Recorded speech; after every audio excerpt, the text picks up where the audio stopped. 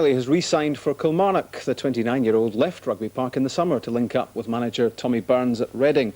Riley went under freedom of contract after 7 years with Kilmarnock, but he didn't settle at Reading and rejoins his old team on a 3-year contract and for an undisclosed fee. In racing, aided and abetted by John Spencer, he's aiming for 3 and 3. Hearts defender Paul Ritchie returns after suspension for the visit of Kilmarnock.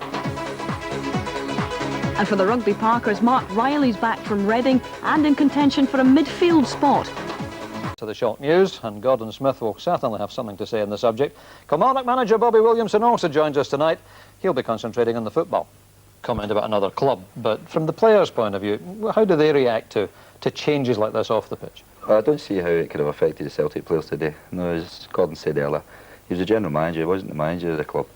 And I remember when Alec left Kilmarnock, we lost their next game. I noticed the Wolves won their game well today. So it can go either way. All right, well, let's get to the action. There's plenty of it from both north and south of the border tonight. Hearts' stuttering start to the season has come as a surprise to everyone. 2 wins in their last 13 games is a long way from their thrilling form of last season. Today, Hearts entertains the in-form Kilmarnock side, whose championship challenge is looking more impressive week by week. Killie had gone 9 matches without defeat before today, but they have a poor recent record at Tynecastle. Dave McPherson doesn't. He was celebrating his 400th appearance for the Maroons. Rob McLean is the commentator. Hearts manager Jim Jeffries hasn't hit the panic button. The only team changes are the inclusion from the start of left-back Gary Naismith, who replaced injured Rob McKinnon last Saturday, and Vincent Guerin comes in for Jose Quitongo. Here's how they'll shape up. There's no place in the starting lineup for defender Paul Ritchie, who's available again after suspension. The back four is left as it finished the defeat at Dundee. Grant Murray is the defensive midfield player, and Guerin will float between the middle and up front. Stephen Adam's strike rate this season tells you much about Hearts' struggle to find form. A goal-scoring hero last season, he's found the net just twice this time around. Kilmarnock are unchanged from the 11 who started last week's 2-0 defeat of Celtic. Gus McPherson, still recovering from injuries, on the bench, alongside returning Mark Riley. Ali McCoist is still injured. Dylan Kerr is a long-term absentee. But Bobby Williamson might well have kept with a winning team anyway. Stephen Hamilton continues at right back. The impressive Gary Holt plays the holding role in midfield. And 5-goal Paul Wright can't get a game up front because of the form of Jerome Varai and Mark Roberts. Keeper Gordon Marshall can boast 8 shutouts in 12 Premier League games this season. He and his defence have lost just 7 goals so far. The referee at Tynecastle is Willie Young.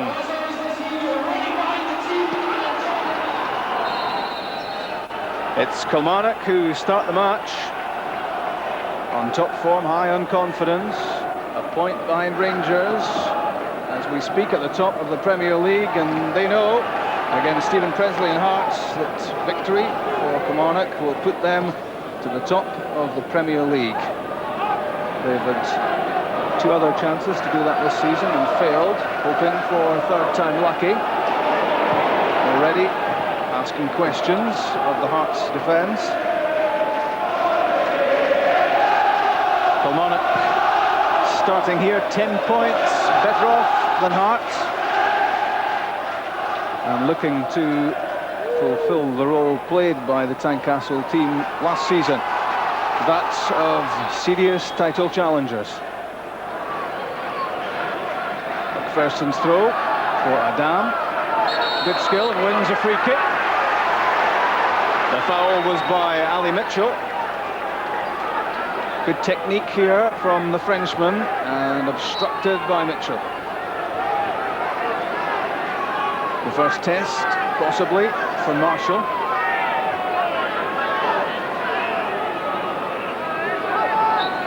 It's the left foot of Fulton. Slipped as he played it! And what a chance in front of goal for Gary McSwiggan. Just 90 seconds of the match gone, and you don't get too many better chances than that to score a goal.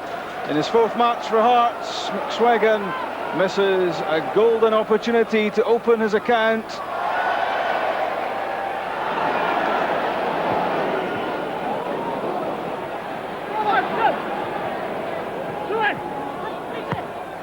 Back for Baker. Now Gary Holt. Support from McGowan. A long angled ball. A good one too. Here comes Ali Mitchell. Trying to withstand the lock challenge there. Mitchell again. And tugged it wide that time. A scorer 7 days ago against Celtic, Mitchell. This time off target with the effort.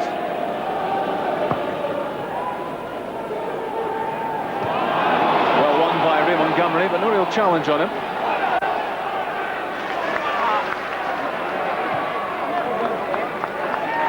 Kept in by Naismith. And turned out by Hamilton.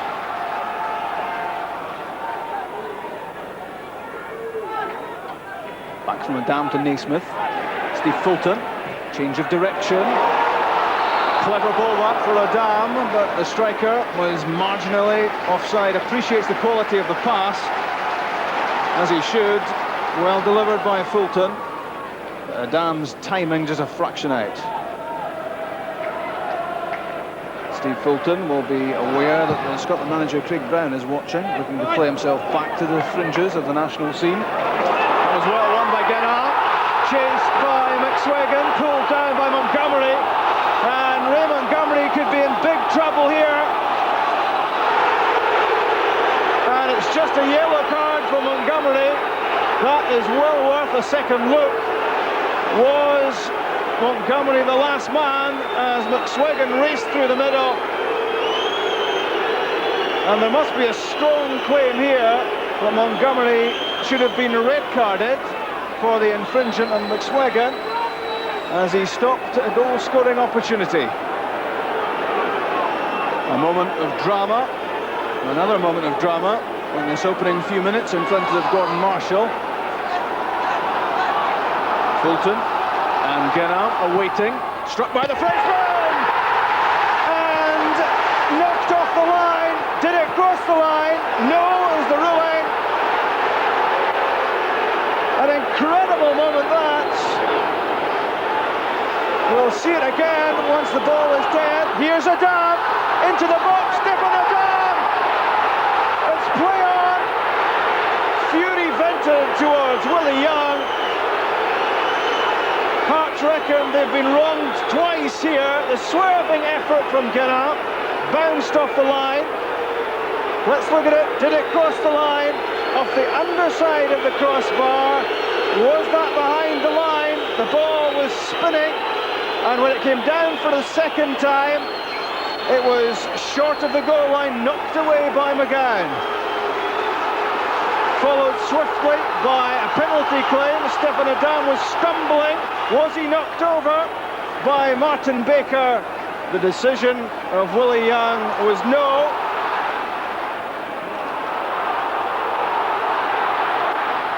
Hearts surging again to Albania, and Stephen Adam has scored this time. An incredible 7 minutes gone at Tynecastle. What a start to the match. Adam is on the mark. We were talking about his struggle to get goals, but that is Adam's third goal, and that will be a sweet one for him. He feels he was denied a penalty just moments ago. Hearts take the lead.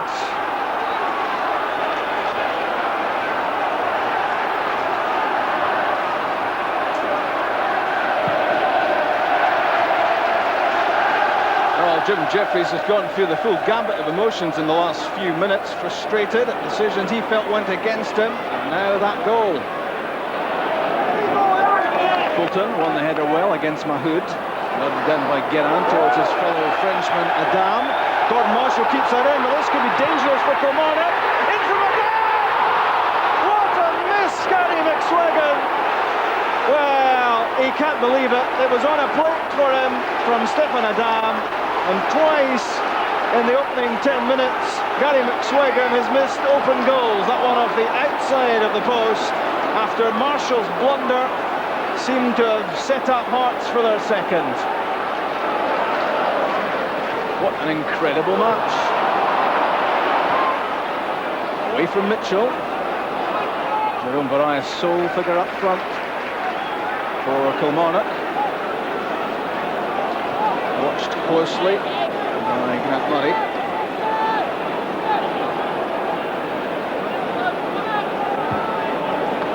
McPherson's header. And again. Runs through for McSweggan. Fouled by Montgomery. Gary McSweggan will still be reflecting on this moment when Gordon Marshall stopped the ball going for a corner kick, but this could have been so damaging for his team, and that is incredible, the miss from McSweggan. And now a counter-attack possible for Kilmarnock. It's missed by Presley. Here's Marai. Cut out by David Weir. That's good defending. And he had some covering to do there after the slip by the central defensive colleague Presley. The Durant corner kick, ricocheting around, out comes Rousset, he's got it now. Very nervy, inside their own box, their Hearts. Guérin's pass, he's been very influential in the opening moments. Well cut out by Montgomery.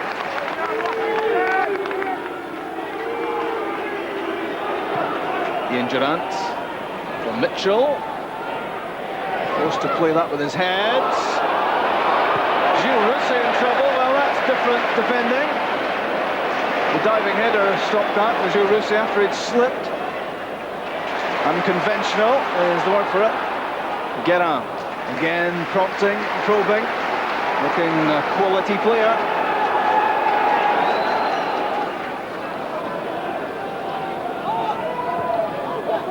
Baker's pass, finding Roberts. That's leaked from Mitchell. Now Durant. And Baker again.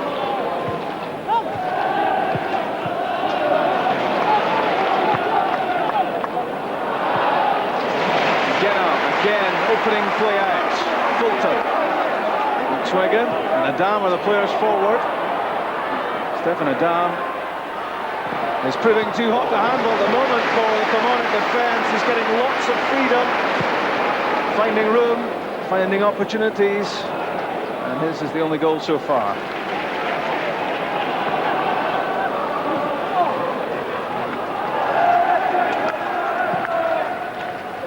It's for McSweggan, won the header and knocked it down for Frenchman Guérin.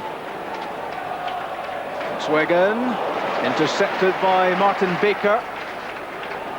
Gets it back from Mark Roberts. Kilmarnock trying to get players forward and support. Mitchell on the outside. Mark Roberts through the middle. Presley with them. Back in from Mitchell. It's high, it's hanging. Gilles Rousset's lost it. Jerome Barai can't get there. And finally knocked behind by David Weir. Rousset is furious at the challenge on him here by Jerome Barai, his fellow Frenchman. And the protests of Rousset earn him a yellow card. Still not happy. It's a corner kick. We'll have to concentrate fully on this. In from Durant. And the effort from Alan Mahood. Charged down. Now McSweggan. This game being played at an incredible pace. In for Adam. First touch is a disappointment for him. And cleared by Montgomery. If Adam could have pulled that down a bit more effectively, there was a chance on there.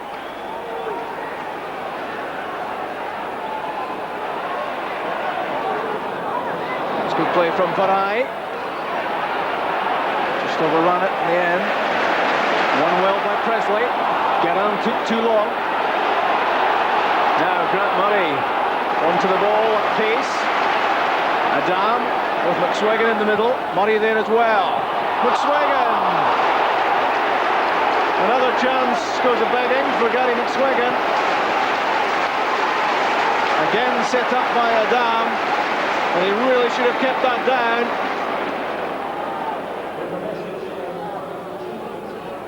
Inside stoppage time at the end of the half. 2 minutes to be added. Ian Durant trying to make things happen for Kilmarnock. Barai's pass for Ali Mitchell. Roberts and Mahood in the middle. Cleared by Presley.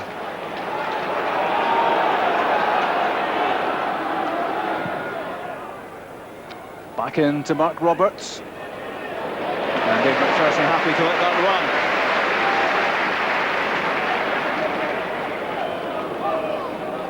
McPherson on his 400th appearance for Hearts. There was a presentation to him before the start. And up and under from Gary Locke. Controlled well by Gary McSwegan. Good skill. Trying the shots. I think it took a deflection on the way through. Saved by Marshall. But what was impressive there was how McSwegan worked the opening. It came off the rear quarters of Ray Montgomery and plucked out of the air by Marshall.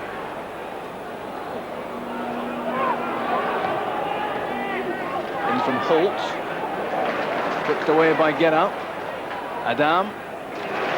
Guérin again, always looking around, always aware about what's happening. Adam keeping the ball well. Fulton to Naismith. This could be the last attack of the half. Onto the right foot of Naismith. And drilled wide. Superb set-up work again there by Hearts. All that was missing from Naismith was the shot on target.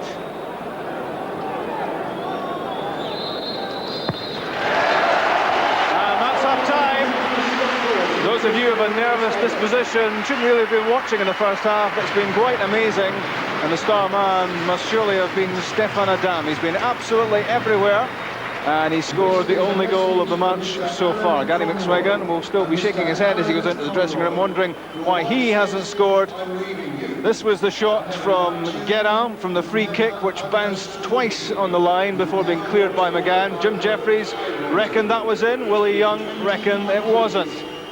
This was the goal from Stefan Adam, drilling in goal number 3 of the season. Pure delight from him. This was a blunder by Gordon Marshall. Gave it to Adam, and how did Gary McSwegan miss that? In fact, in the first half, there were 3 misses from Gary McSwegan. Add to that a penalty claim from Stefan Adam. And it's been a thrill a minute in the first 45 at Tynecastle. And surprising to note, there's only one goal. It's Hearts 1, Kilmarnock 0.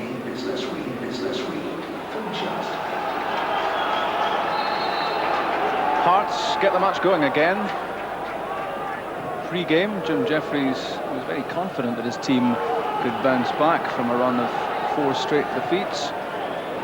And he certainly played with some determination and some ability in the first 45 minutes. Their one concern will be that all they have to show for it is a single goal advantage.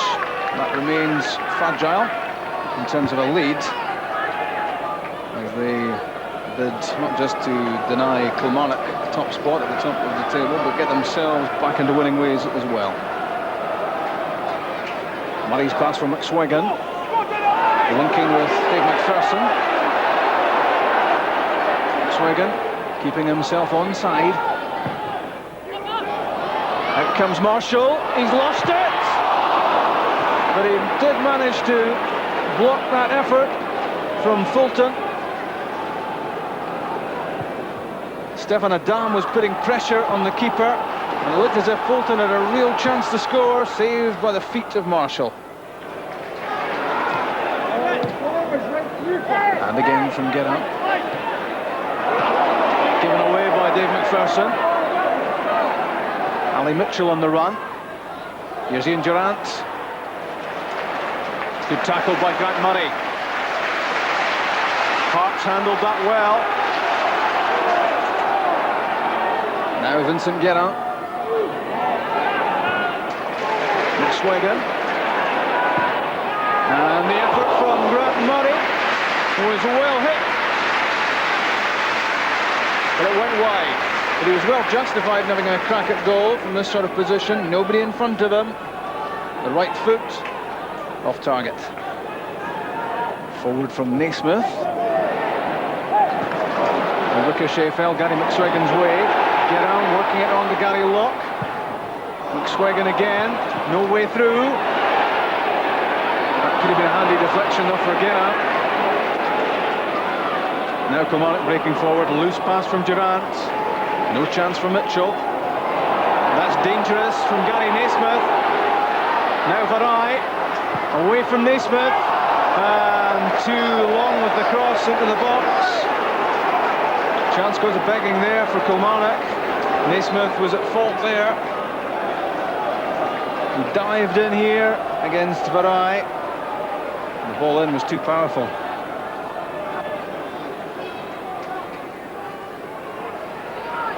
Hamilton to Varai. It's a good determined run from Jerome Varai, and it wins him and his team a corner kick. He doesn't give up much, Jerome Varai. Very powerful, very strong, very quick. A double ricochet and a corner kick.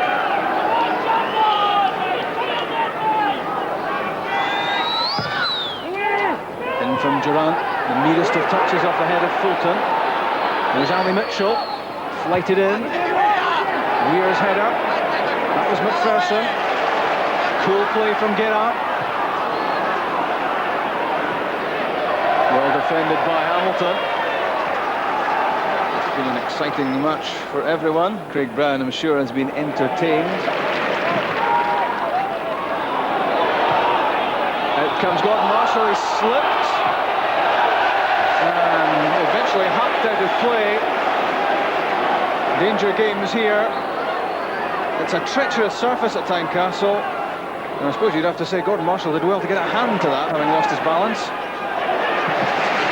Now Hearts, in an attempt to seal the points, will bring on top scorer Jim Hamilton. He's on. And the excellent Vincent Guerin goes off.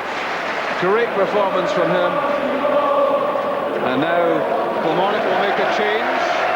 5-goal Paul Wright is coming on. Ian Durant will go off at this stage as Bobby Williamson makes his move, trying to salvage something from this match.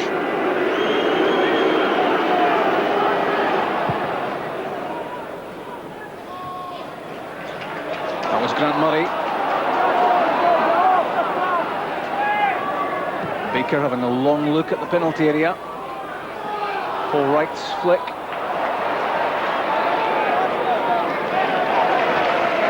And he was looking to get it back as well from Mark Roberts.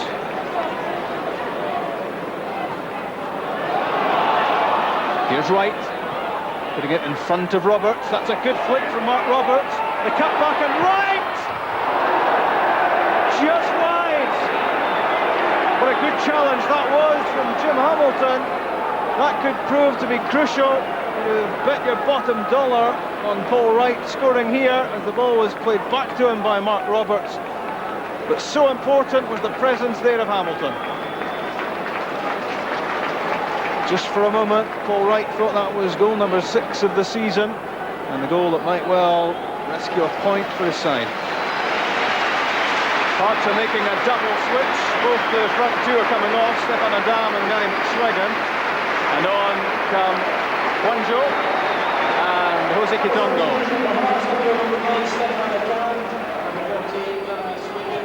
Paul Wright.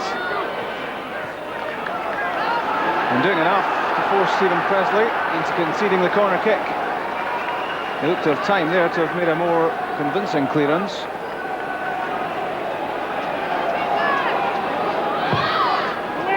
In comes the corner. Naismith got the head to it. It was Wanjo. That was David Weir. Roberts, with Riley just behind him.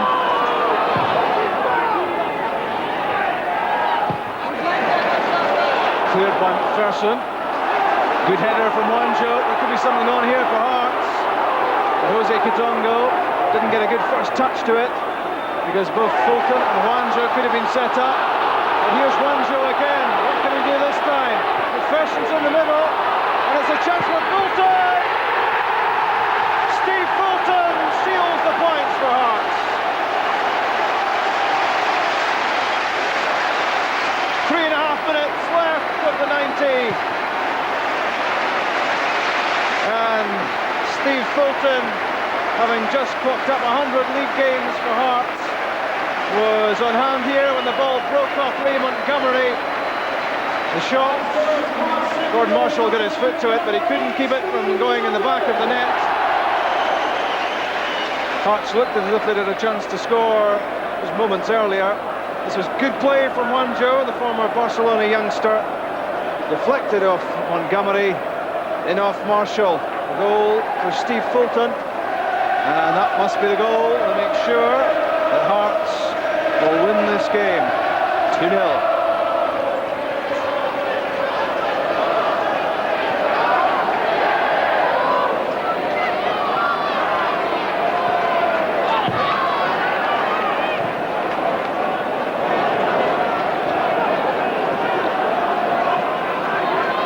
Turn by Mark Roberts, and again, and Paul Wright pulls one back for Kilmarnock. Gilles Rousset got to it, but he couldn't keep it out. He'll be disappointed with that, Rousset. It was well hit by Wright, but right at the end of this match, this goal gives Kilmarnock some hope that they can indeed get something out of the match. And when you see it again, Gilles Rousset had a horrible deflection to contend with. It came off David Weir. He got his right hand to it, but it trundled into the net behind him. A free kick for Kilmarnock.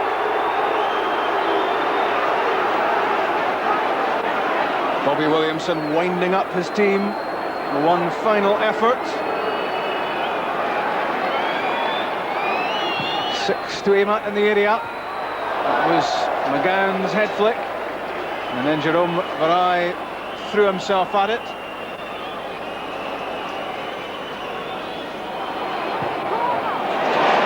Hamilton, lovely change of direction, finding Wanjo, holding it up, waiting for Hearts to get players forward, if indeed they do. Wanjo still has it. Great skill, palmed away by Gordon Marshall. It's easy to see why the Tynecastle faithful have taken to this young man in his early days at Tynecastle. Kitongo chasing, Marshall's header. Long ball from McGowan. David Weir is behind it. And taken away from the danger area by Grant Murray. Kitongo looking for a free kick, he's not getting one. Holt to Roberts. Gary Holt again. What can he do here? Threaded through, but David Weir makes the clearance. Up onto the roof of the stand it goes. I think David Weir would have happily seen that out of the ground.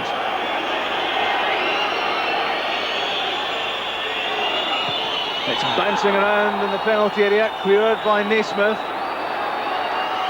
In from Riley.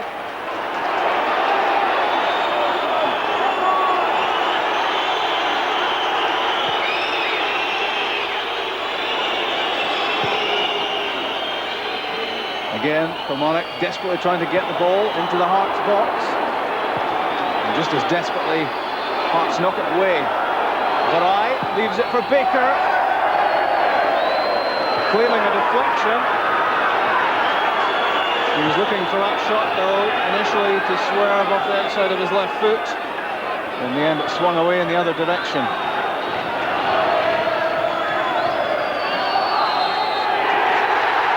That's full time, and Hearts have ended their losing run. Steve Fulton's goal in the second half proving decisive, because despite the fact that Paul Wright pulled the goal back near the end for Kilmarnock, it wasn't enough, and Hearts get 3 points they richly deserved, and Kilmarnock's unbeaten run is ended. But in the end, 3 points richly deserved for Hearts in a quite incredible 90 minutes. Final score at Tynecastle, Hearts 2, Kilmarnock 1. Jim, I badly needed 3 points for you, but you must feel you should have won that a lot more convincingly. Yes, well, that's the way the luck's been going, and great credit to the boys today. You couldn't have fault them for application, as I say. I've questioned that, but Dundee last week was excellent. A wee bit unfortunate not to take something out of the game. Today they just carried it on, and great determination, and you know, we should have been really 3 up at half-time, but then when we got the second goal, that looked like to kill it off, but we allowed them back in the game, and it makes for a nervy last 2 or 3 minutes. But I think nobody can deny that we deserve to win the game today, so a welcome 3 points. But the most important thing is to get a bit of reward for hard work today, and that's something we need to carry on to the coming weeks. Bobby, it was a game I enjoyed watching. I think Gordon quite enjoyed it as well, but I'm sure you didn't enjoy it quite as much. Not the second time. I enjoyed it during the game when you actually seen all the action and not just the highlights. But going to the highlights, Hearts definitely deserved their victory. Yeah, but do you feel perhaps that that perhaps didn't reflect well on your side, that you played better than maybe we've seen there? Well, I felt we had a couple of opportunities to score goals that weren't showing. Martin Baker had a good header and the goalkeeper saved, but by the by, Hearts definitely had the far better chances, and they'd have been hoping that they could have won with more goals. Yeah. Gordon, Hearts perhaps could have won it by more? If they'd taken the chances first half, I mean, they had good opportunities there. They had more pressure in that period. Let's look at one or two of the incidents then. In fact, there could have been a red card very early on, Bobby, of course. Ray Montgomery, in another game, might have been red carded for this, but soft one, wasn't it? That's right. You see that the boy's away from Raymond. He's had a wee tug at him. Then 2 years later, he goes down, and Big Marsh is sweeping up. But I've seen them sent off for that. Unfortunately for us, it was only a yellow card. Yeah. Gordon, was it a red? I think I would have thought that that's a red card incident, because Ray Montgomery does grab him early, although Gary McSwiggan realises he's not going to get there, and it's a continental aspect of it, going down. When players in the continent get their shirts pulled in like that, they fall. We're not been used to that in this country, but Gary McSwiggan does it there, and I think Ray Montgomery's fortunate not to get a red card, because he was last man. There's no disputing that fact, and if Gary McSwiggan gets onto that, he could score. Sure. We had a ball over the line incident, didn't we? Vincent Guerin's free kick, which I don't think it was over, but it, well, there was at least 2 bounces on the line, weren't there? I've looked at it about 12 times, and I see it again now, and it's definitely not in. You know, Russian linesman would make a given that, but I think that it's a great free kick. He gets it up and over the wall, tremendous power, pace, accuracy, and at the actual match itself, I thought this is landing in the net. But you can see it there. At the time I did, because the net shudders. But you actually see it, Big Marsh has actually got a hand to it, and it's came down and bounced about the line. We're quite fortunate, never ended up in the back of the net. I think it's Kevin McGowan that clears it, and it's going in even now, isn't it? That might have rolled into the net. Big Kev's done well, he's followed it in, and not the best of clearances, but he's got off the line. Absolutely. Now, Gary McSwiggan had one of those days, Gordon, didn't he? He'd, certainly a contender for miss of the season, but on another day he might have had a hat-trick, because there were another couple of chances for him. I thought he played really well first half. He and Stephen Adam were tremendous up front, lots of pace that was causing Kilmarnock tremendous problems, but here's the chances he had here. Look at that, ball whipped in there, really should have done a lot better. Bobby reckons he made him in a little push on his defender there. You can't quite see it in the TV, but it's a good free kick, and he gets through, hits the target here, he probably scores. It's a good low header, but a bad too miss. much on it, didn't it? Yeah. And well, what about this one? This is it's a good McSwiggan one. Must score. It's a good one. I'm going to put my video together. Misses of the season is another one there. Harold Blackback will be happy to see that one tonight. That's up there with his. Gordon Marshall, you know, doesn't do particularly well here, and Stephen Adam knocks a brilliant ball to the back post. Gary McSwiggan, you're just thinking McSwiggan must score. Open goal. I think maybe Ray Montgomery's just run across goals, definitely put him off. And the third one here, great work. Stephen Adam once again providing the opportunity. He doesn't do one thing or another. I think he's caught in 2 minds, Gary McSwiggan there. He's such a good game. He's missed 2 already, but I think he's not sure whether to pull this down or hit it first time, and he just knocks over. That wasn't a great chance. The other 2 were far better. Yeah, absolutely. Goals coming up then, Bobby. 2 to Hearts, 1 to yourself. Do you complain about every goal you lose, or can you always put it down to somebody's you can always put it mistake? down to somebody making a mistake somewhere along the line, and you're hoping that they're going to deal with it better. But as you see the goals coming up, you're hoping that we can do better in these situations. Can't really blame the goalkeeper for anything. There was a hook back with one of our lads. Could have went anywhere. That could have went anywhere. Unfortunately for us, it fell to Stephen Adam, who's finished it off superbly.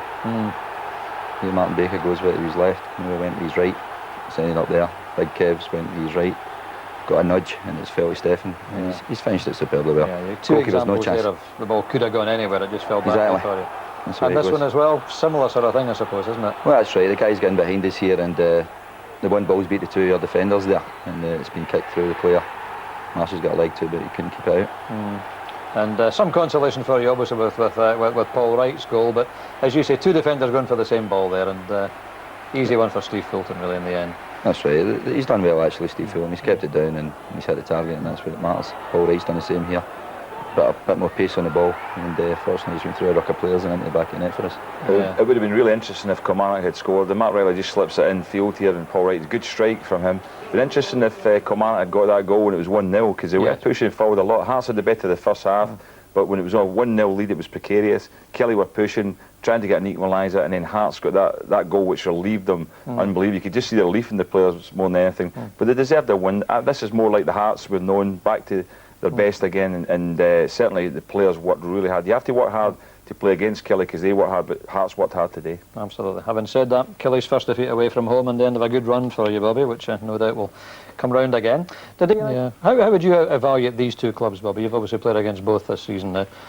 Yeah, both of them are going through transformations at this moment in time, with Billy just coming in and Paul in his 9th game there. So they'll be wanting to put a mark on their teams, and Paul's obviously not happy. Some strong words there from him. And wee Billy knows his squad. He's been there a few years. He knows what he's got available to him. And obviously he's looking to strengthen as well, but he'll be happy with his point today. Yeah, John Spencer's done well, 2 goals in 2 games before today, and instrumental in the first goal. We can look at the 4 goals again, and it's a nice little ball this from John Spencer, Bobby, isn't it? Yeah, he's just helped to back into the danger area, really. And he's a great wee player. He's busy and he's lively, and he's got great ability, and he knows where the back of the net is. But when he's finished it well with his right peg.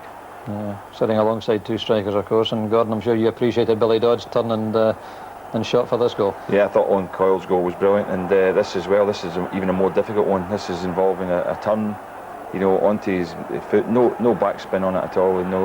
Didn't have any back lift on the shot at all with his left foot, and he's stuck it away in the corner. Typical Billy Dodd's sharpness there. Yeah, and a poacher's goal from Owen for his second one, Bobby, wasn't it? Great movement for the men in the wall there. Big C must have seen it late, and maybe he was expecting a chip into the box. But the boys had a great strike there, and he's followed it in. Yeah, and Siggy Johnson, great header, if an unchallenged one, Gordon. Yeah, a superb execution of a header here. I mean, he gets up here.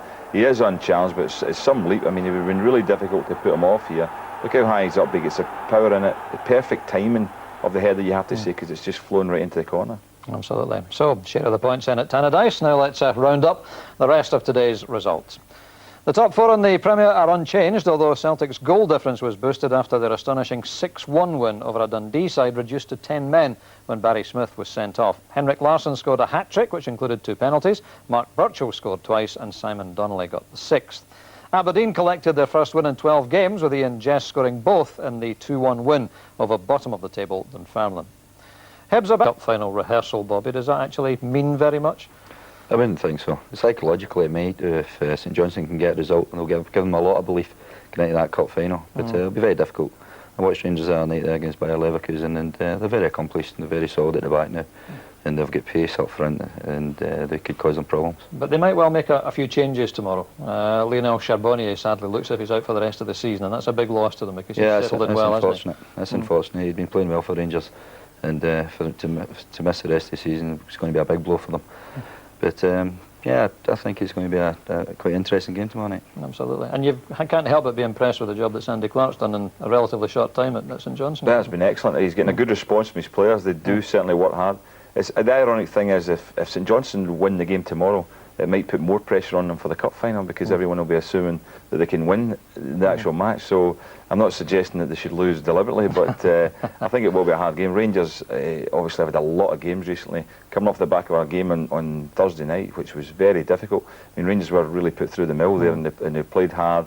Did a lot of work, and they might just decide to make changes for this match. Yeah, and yet, talking about congestion of fixtures, when that League Cup final comes up, it's in the middle of a spell where they've got an Old Firm match, they've got the 2 matches with Parma as well, so that's a big factor for Dick Advocaat using his resources, isn't it? It certainly is, but that's the price of success. Yeah, that's true. Yeah, you'd rather have it that way than the other, I suppose. Well, now your chance to win a VIP day out at your...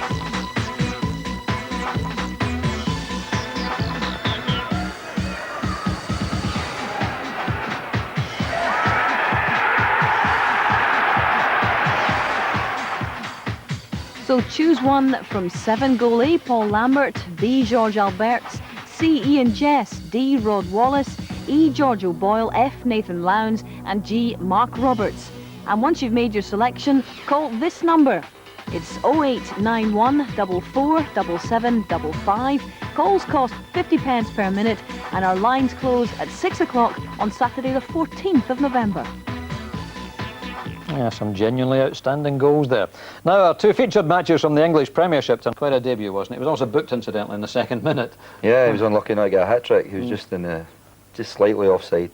Sometimes you think he should maybe get the benefit there, especially when going for a hat-trick, but that's an awesome strike force there with him and Collymore. They'll cause lots of problems for teams. Right. Both big, strong and That's quick. Right. They'll knock people about and they'll get a fair share of goals. Yeah.